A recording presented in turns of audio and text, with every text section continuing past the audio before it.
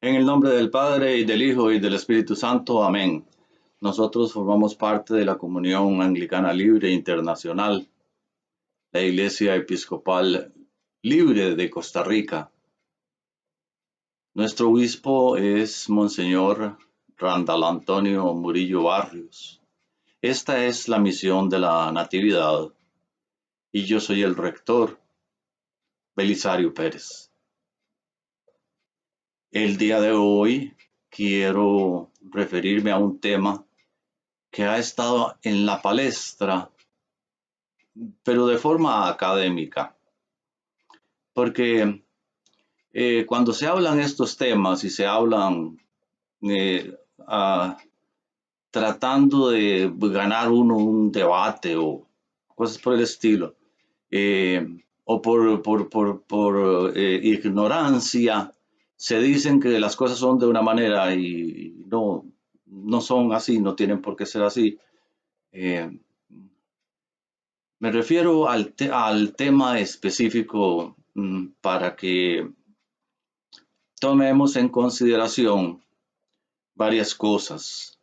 Eh, las ciencias actualmente nos ayudan mucho a entender ciertos pasajes de la Biblia que antes no se podía.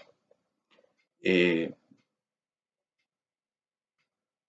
el- Toda Palestina estaba dominada por los romanos y el idioma que se hablaba era el koiné. Vamos a empezar con eso.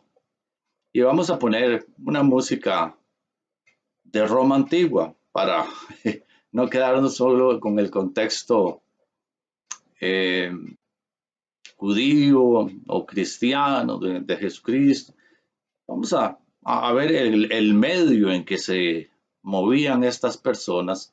Era una Palestina ocupada por Roma, como hoy el Estado ateo sionista de Israel tiene ocupada Palestina.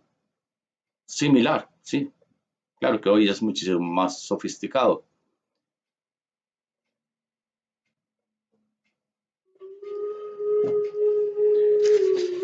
El, el autor de esta exposición, y le damos los créditos, es Daniel Caballero.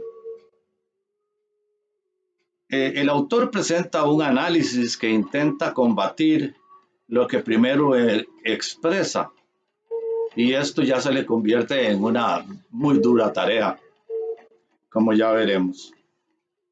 Y dice así el texto, por lo menos la traducción que han hecho de él. Lamentablemente, mucha tinta se ha derramado sobre el tema de la homosexualidad en relación a una relectura de la Biblia para apoyar un punto particular de vista sobre la misma. Llámese teología feminista, homosexual, de la liberación o cualquier otra. Soy muy consciente que es fácil ganar popularidad al hacer ataques directos o indirectos hacia personas. Y considero también que los mismos no deben hacerse a no ser que el riesgo sea grave para con la iglesia. En la obra de C.S. Lewis, Mero Cristianismo, en el prefacio de dicha obra, Lewis menciona su reticencia a debatir sobre tópicos que estaban fuera del alcance de su especialización, por lo que preferiría guardar silencio y aprender. Sin más personas que usan el Facebook de manera indiscriminada tuvieran dicha actitud, cuán diferente sería. Continúa el señor Caballero. No estoy interesado en ganar un argumento o participar en un debate. Sin embargo, termina haciendo. Eso es algo paradójico. El ser humano termina haciéndolo. ¿Quién soy yo para ganar o perder algo? Debatir o argumentar sobre asuntos que no sé. Solamente prueba una vez más mi ignorancia al no darme cuenta de que no sé. Sin embargo, el hecho de que no lo sepamos todos no quita el hecho de que conozcamos en parte. Quisiera contribuir con la exégesis del pasaje de Lucas 7, por favor. Presentaré solo las conclusiones para cotejarlo y se pueden ver las referencias. Entonces se pregunta, él no plantea esto de primera entrada como una afirmación, sino como una pregunta. ¿Sanó Jesús al amante homosexual del centurión? Lucas 7, versículo 2, la versión Reina Valera del 60. Y el siervo de un centurión, a quien éste quería mucho, estaba enfermo y a punto de morir. Mateo capítulo 8, versículo 6, la versión de Reina Valera del 60, y diciendo: Señor, mi criado está postrado en casa, paralítico, gravemente atormentado. Entonces él viene y continúa, interpretación del texto. La palabra usada en Lucas 7, 2, en timos, que es traducida como quería mucho, tiene connotaciones amorosas diferentes. Por ejemplo, a las que tendría el vocablo similar agapetos. El hecho de usar la palabra entimos en lugar de agapetos implica una relación sentimental del centurión con su siervo, la cual tendría connotaciones sexuales. De la misma manera, en el relato de Mateo capítulo 8, versículo 6, se usa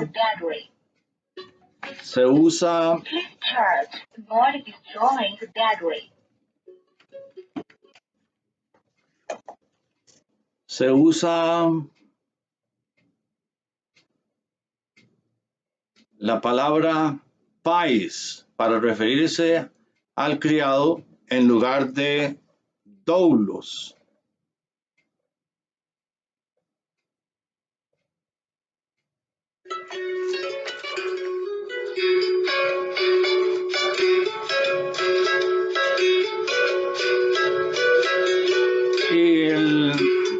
La palabra doulos significa esclavo, y hay una muy similar que es con H aspirada, fobios, hijo, una de las posibles acepciones de la palabra país, de acuerdo con estos autores, es amante, debido a que esta no era la palabra usualmente usada por Mateo para referirse a esclavo o a hijo. Entonces Mateo indudablemente se estaba refiriendo a amante al usar la palabra país en lugar de doulos o oulos, a lo cual han concluido. Pues bien, como era costumbre en los cuarteles donde los soldados no podían convivir con una esposa ni tener familia propia, este oficial tenía un criado amante, presumiblemente más joven, que le servía de asistente y pareja sexual.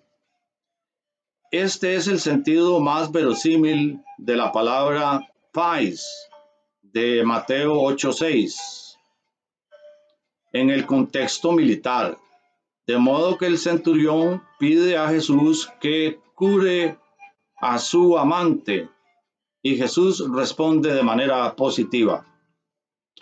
La razón por la que el centurión mencionara en Mateo 8:6 que no era digno de entrar en su casa era justamente la vergüenza que tenía de llevar a su casa a Jesús para sanar a su joven amante.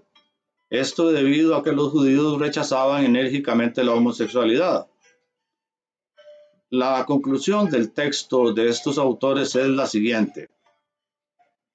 El resto de la historia ya se sabe. Jesús cura al siervo amigo homosexual y presenta a su amigo centurión como signo de fe y de salvación, sin decirles lo que deberán hacer mañana. Es evidente que no exige ni requiere que rompan su amor, sino que lo vivan en fe y amor de reino. Es decir, el hecho de que el Señor sane al siervo homosexual del centurión sin que le haya dicho, como en el caso de la mujer adúltera, no peques, o haya condicionado que tenían primero que terminar su relación homosexual para que lo sanara, sino que más bien lo alabara por su fe, implica, de acuerdo con la interpretación de estos autores, no solo la voluntad del Señor de sanar a todos, sino también la aceptación de una relación activamente homosexual como parte del reino de Dios. Lo curioso es que hasta ahí llega, digamos, la exposición y después él empieza a debatir esa exposición que él hace ver que es de otras personas, ¿verdad? Pero ya le quedaba muy cuesta arriba y no vale la pena terminar ese artículo de esas maneras. Hay otros autores también que los hemos recién visto en el Facebook.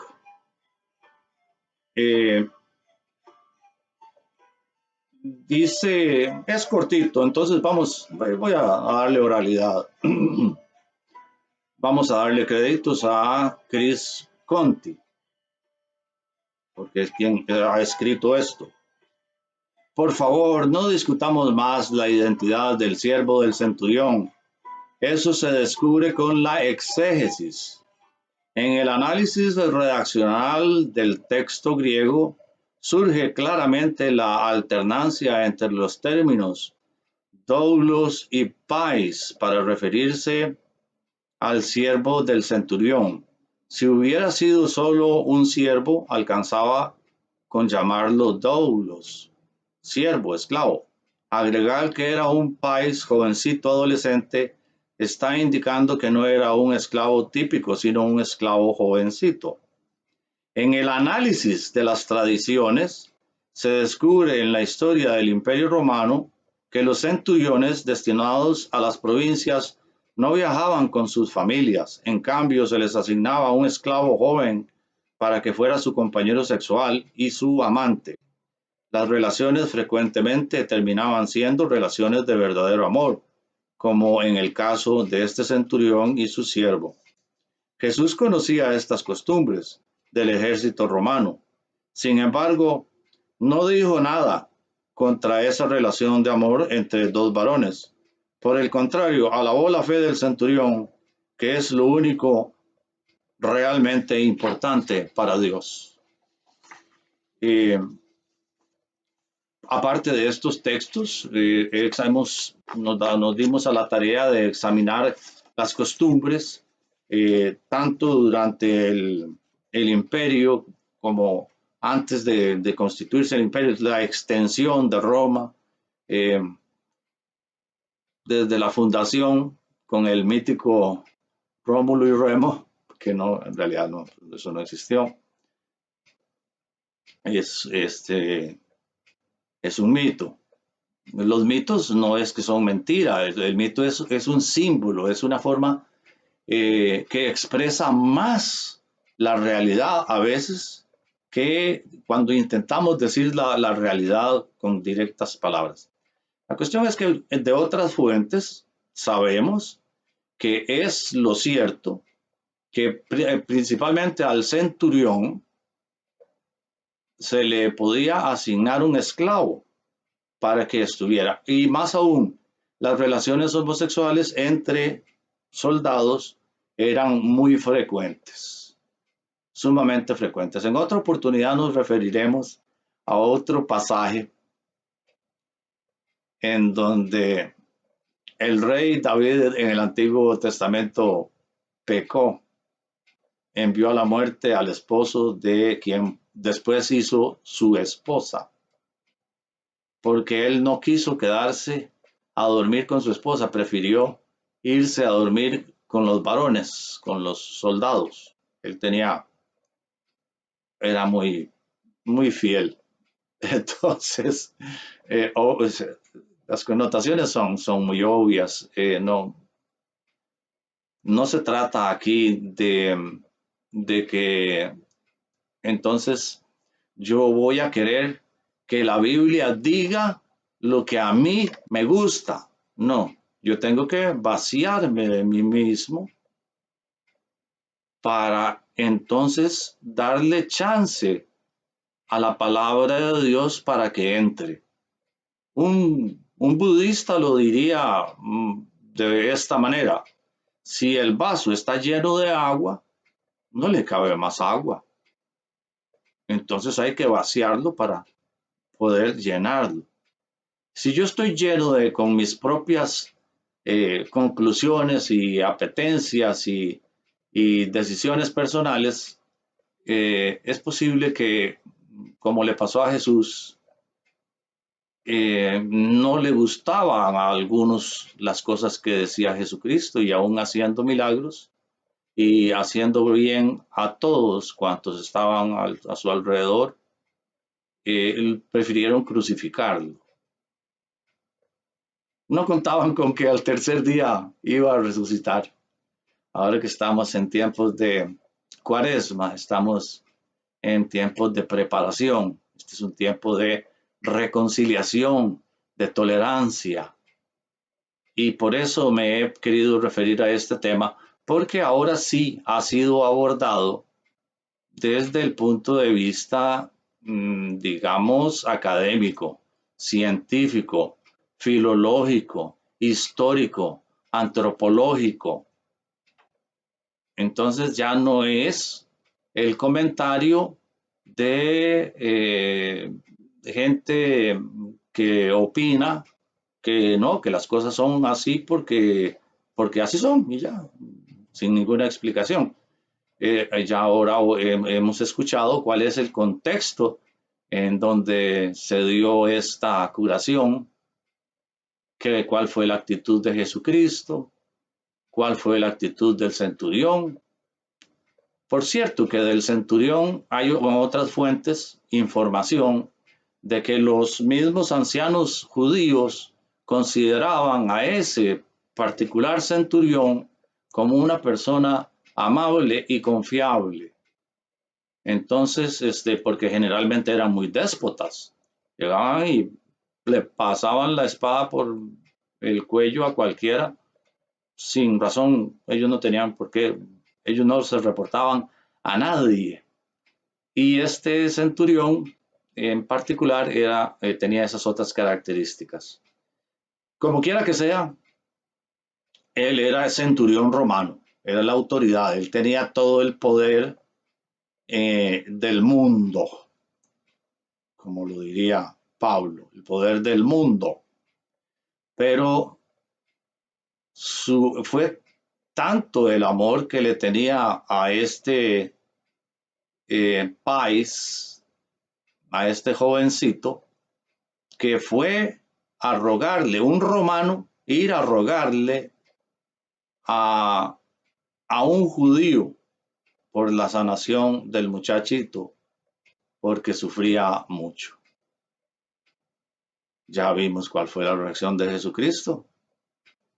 Cada uno debe llegar a tomar sus propias conclusiones y yo hace tiempo que me he venido dando cuenta de por dónde va la cosa, que eh, mm, usualmente quienes atacan este tipo de cosas, entonces recurren lo que en Costa Rica decimos la chota. Primero le tira un poco de lodo y después esconde la mano para que no vean que fue él. Dice que eh, para apoyar un punto de vista particular, llámese, entonces ya empieza a descalificar teología feminista, homosexual, de la liberación o cualquier otra. Entonces, porque el que hizo la relectura pertenece a alguno de esos grupos y a esos grupos ya pertenecer para este señor, pertenecer a esos grupos ya obviamente que partió de al revés de lo que llegó a afirmar, que me gustó cuando afirmó que las personas deberíamos de abstenernos de opinar cuando realmente no conocemos un tema y escuchar a aquellas personas que sí conocen de los temas. Y hasta aquí el comentario. Que el Señor, Dios Padre, Dios Hijo y Dios Espíritu Santo esté con todos ustedes. Les bendigo en el nombre de Dios. Amén.